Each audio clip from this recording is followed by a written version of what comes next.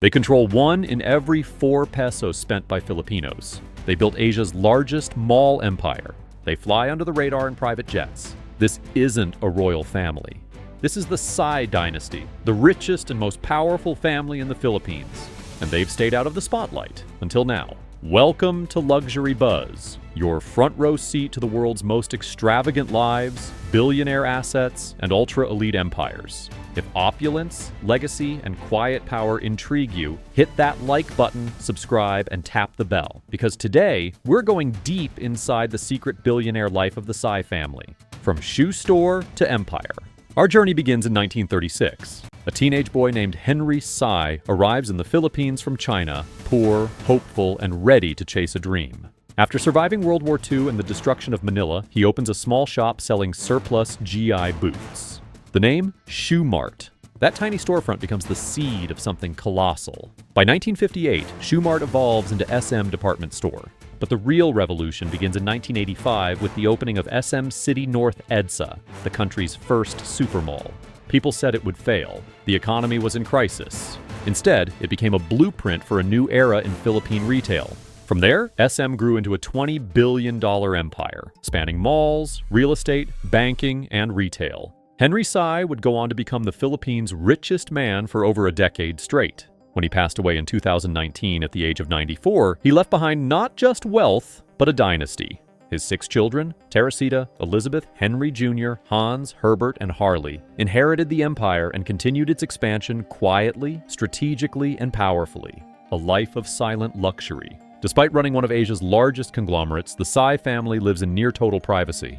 Their flagship residence lies deep inside Forbes Park, Manila's most exclusive enclave, where gated mansions hide behind manicured hedges and bulletproof walls. It was in one of these marble-clad estates that Henry Sy Sr. spent his final years, surrounded by priceless art, heirloom antiques, and personal chefs. But that's just one of many properties. The family owns luxury villas in Tagaytay, private condos in Bonifacio Global City, and rumored hideaways in Hong Kong, Vancouver, and Xiamen, their ancestral home in China. When they travel, they do it discreetly. The Sy family operates private jets, including a Beechcraft King Air, valued at over $4 million, used for fast, untracked travel between islands, meetings, or luxury destinations. Picture this: a black SUV convoy glides past Manila traffic. They pull into a private hangar. No paparazzi, no crowds, just high-end Louis Vuitton luggage, silent boarding, and a takeoff into the clouds. And on land, their garage is a quiet showroom of luxury. Rolls-Royce Phantoms, Bentleys, BMW armored sedans, and limited edition Range Rovers, all driven by trusted staff. But unlike many billionaires, the Sys don't show off. No flashy Instagram, no red carpet, no drama. Their indulgence is subtle: tailored Xenia suits, Breguet watches, and Michelin-starred dinners in private rooms. Want a private movie screening? They don't need a cinema, they own one. Late at night, their own SM theaters become private lounges. No crowds, no lines, just popcorn, family, and power. This is understated luxury. This is power that doesn't need attention to be felt. The SM empire, from malls to money. Now let's talk about how they made, and continue to make, their billions. At the center of it all is SM Investments Corporation, SMIC, the holding company that controls nearly every facet of Filipino consumer life. SM Supermalls is their crown jewel. 96 malls as of 2025, 88 in the Philippines, 8 in China. That's millions of people walking, shopping, and spending inside their walls every single day. Their flagship, SM Mall of Asia, is a city within a city. A 67-hectare mega-complex with IMAX, a concert arena, theme parks, and a luxury bayfront hotel. On weekends, it sees over 200,000 visitors a day. But SM isn't just malls. They also run BDO Unibank, the largest bank in the Philippines, with 4.8 trillion pesos in assets and more than 1,700 branches. If you're Filipino, chances are your salary, your savings, your mortgage, they're all tied to a Sy-owned bank. They dominate real estate through SMDC, building entire skylines. From 5-star condos in Makati to gated towers in the provinces, they've transformed urban living for millions. They even operate luxury hotels, theme parks, and convention centers, including the Conrad Manila and SMX Convention Center. And they're expanding into renewable energy, e-commerce, and international finance, making the empire future-proof. Every peso spent at an SM mall, every swipe on a BDO card, every condo built by SMDC, it all flows up to the Sy family. That's not just wealth, that's economic infrastructure. Quiet power, real influence. Here's where things get fascinating. The Sys don't run for office. They don't make political statements. But behind the scenes, they're among the most powerful forces in the country. They don't pick sides in elections. They back everyone. Insiders whisper of quiet donations to campaign funds, aircraft lent to politicians, and discreet phone calls to future presidents. Their aim? Not control, just access. Because power isn't about headlines. It's about being in the room where decisions are made. After Rodrigo Duterte's win in 2016, Teresita Sicoson called to congratulate him personally. She later joined his ASEAN delegation, not as a politician, but as an economic envoy.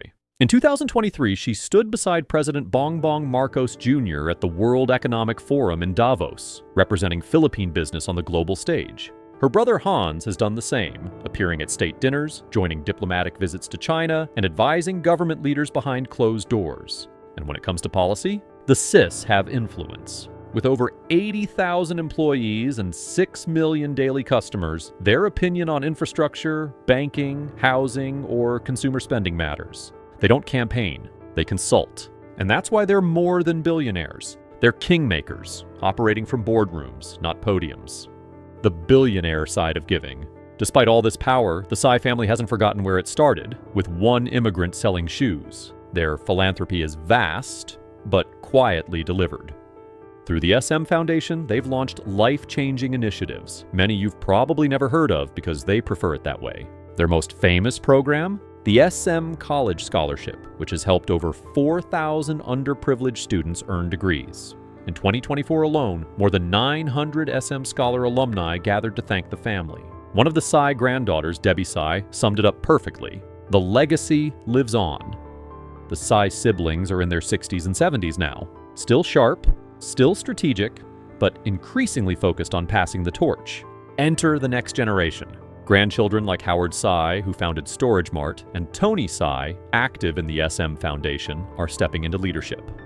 The dynasty is evolving, from post-war immigrants to multi-generational moguls. They're not just preserving Henry Sy's empire, they're reinventing it for a digital, global, and sustainable future.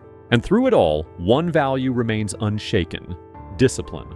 As Henry Sy once said, "There is no such thing as overnight success. If you want to succeed, you must work for it every single day." In a world of loud billionaires and viral tycoons, the Sy family is the exception. No scandals, no feuds, no ego, just quiet dominance. They own the malls we shop in, the banks we save in, the condos we live in, and the future we're stepping into.